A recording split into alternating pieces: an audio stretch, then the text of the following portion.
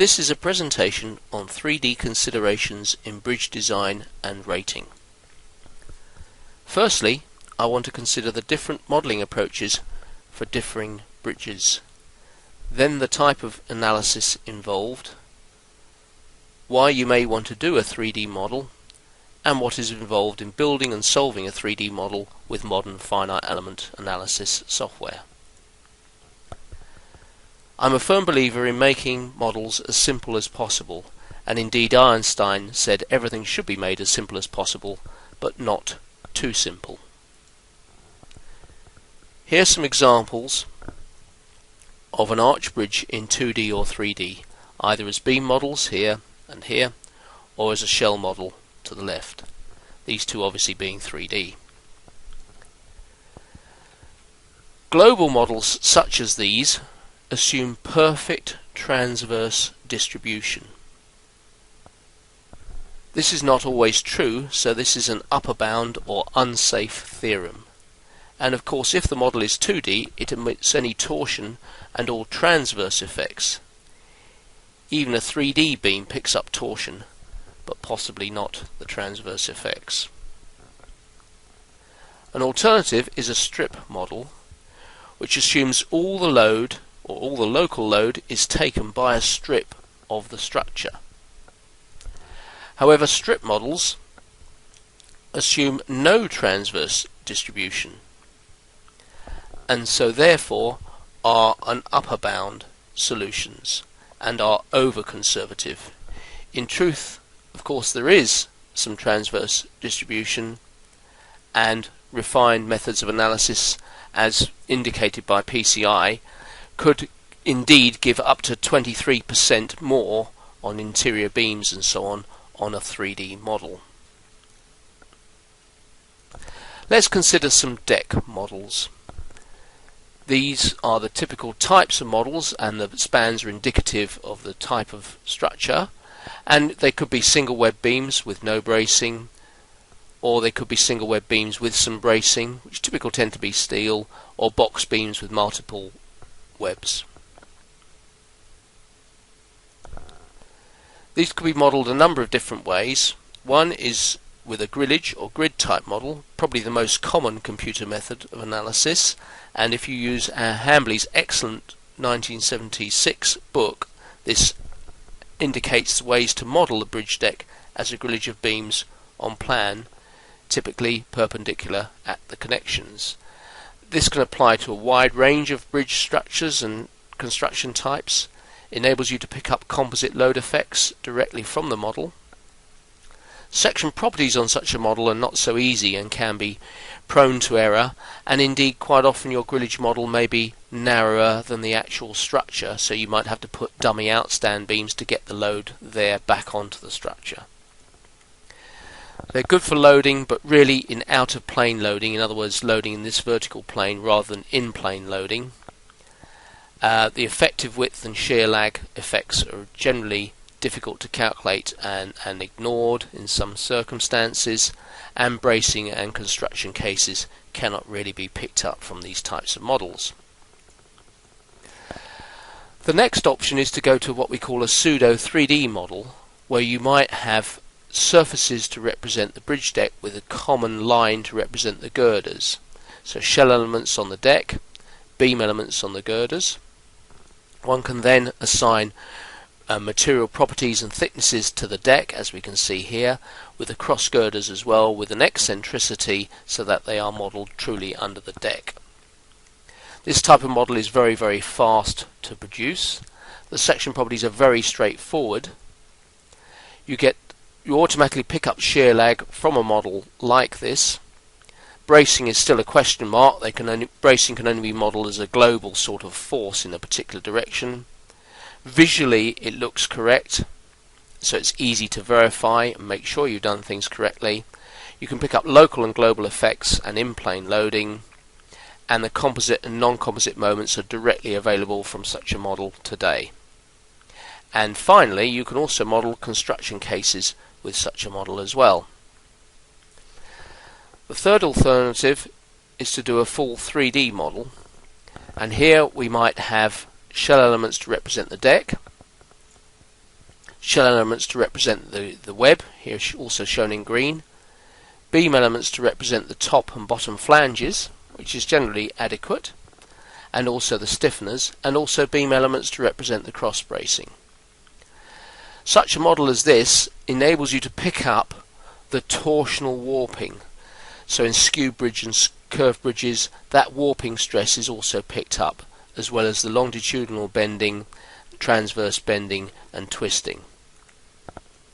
And indeed, as the AASHTO LRFD specification has indicated, in curved bridges, in clause C 4.6.3.3.2, it's important to pick up those effects, particularly on curved steel structures, as warping torsion can be significant on such structures.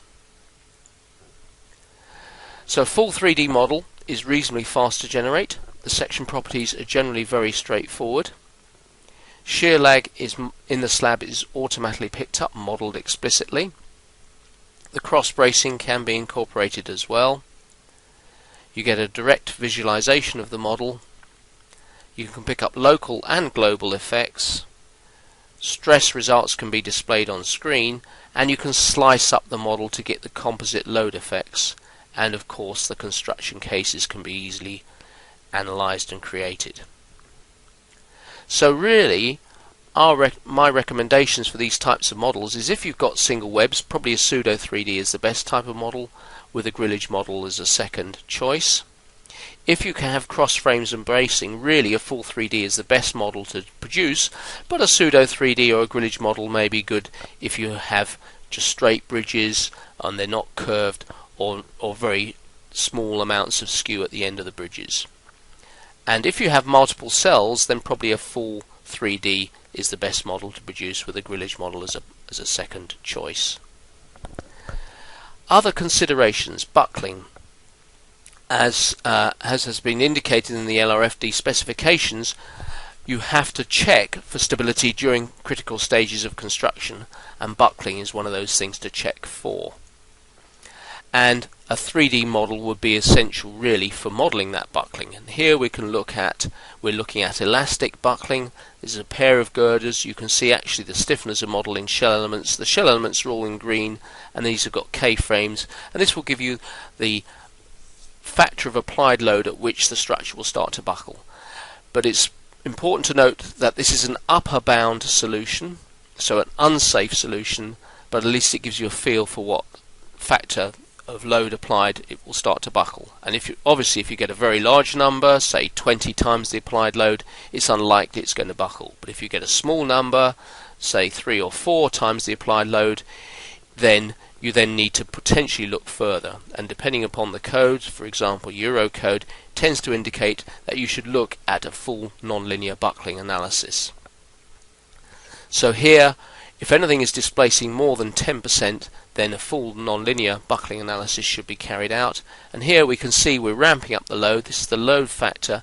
You can see actually we're getting very large displacements, and we're actually picking up the failure of the steel locally. These stars are showing where it's starting to yield, and you can see the plastic hinge forming as it goes through to collapse.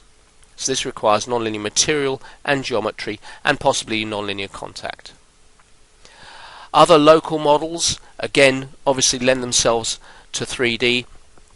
This is a local model of a moment connection carried out by at Kansas University, and here again you can see the full detail with contact and so on as well. Other local models include things like this bridge bearing for part of the Gateshead Millennium Bridge. You can see the actual bearing there. Again, inevitably these require a full 3D approach. Moving on to things like dynamics, this is a footbridge recently completed in the UK, and a 2D model again would completely omit this twisting mode that's being picked up in the 3D model. So again, a reason for a full 3D model being required. Other examples are dynamic models. This is part of high-speed rail network in the UK, and you can again see in the 3D model we're picking up these twisting modes that otherwise would just not be picked up in a simple 2D model. And other examples are things like load rating and assessment of bridges. These two bridges, the Cut River and Pine River bridges, are in the state of Michigan and modelled by Benesch and Partners, and again you can see that full 3D whole structure model. Or here is an example of a design for a bridge, the Gateshead Millennium Bridge, the Opening Eyelid Bridge, and again obviously a full 3D model is essential for that type of structure. The other important thing that was also picked up even in Hambly is it's very important to devote as much care to the assessment of the stiffness of the supports and foundations as to the stiffness of the deck structure. In other words, the boundary conditions are extremely important as well. And so one might want to pick up those supports instead of just as full rigid supports, to just put in a spring type support or indeed have lift off.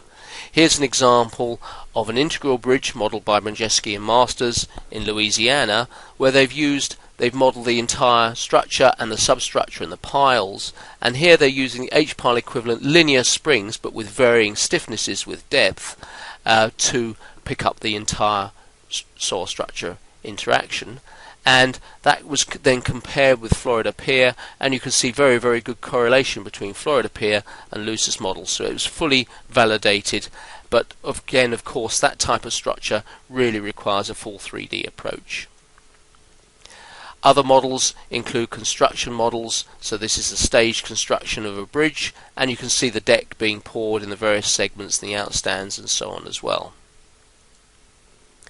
This is another example of a load rating of a structure where we have a half model of a twin box structure, so this is the centre of the span, and the deck pouring sequence is integral with the boxes. So you can see the decks being poured in the various stages, and then there was a problem with the box. They cut out part of it, took that box out, put a new box in, and then recast the deck, made it integral as well. So that's a complete full reconstruction stage sequence in one model with shell elements, again in this particular example.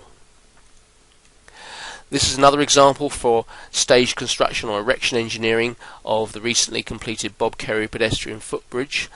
So here you can see the various cables being installed, the deck being cast as well, and the building and the bridge frame going into position, and again the entire construction sequence can be modelled in 3D, and obviously essential in a bridge of this type, which was S-shaped on plan as well, and you can see it going through to the final connection. Heavily exaggerated deformations, of course. So why use 3D analysis? Obviously global models can be unconservative and full 3D is often necessary. Strip models are unconservative, but they can be used to get a feel for whether a structure will work or not. They're over-conservative. Deck models, grillages can be okay for straight structures as long as there's no bracing, but a full 3D or pseudo 3D may be a lot better model, or finally a full 3D model may be required for curved or heavy skews. Local models often for buckling, local models, dynamics, 3D models generally tend to be needed, and indeed obviously for whole structure models, all sorts of types of bridges, construction cases and so on as well.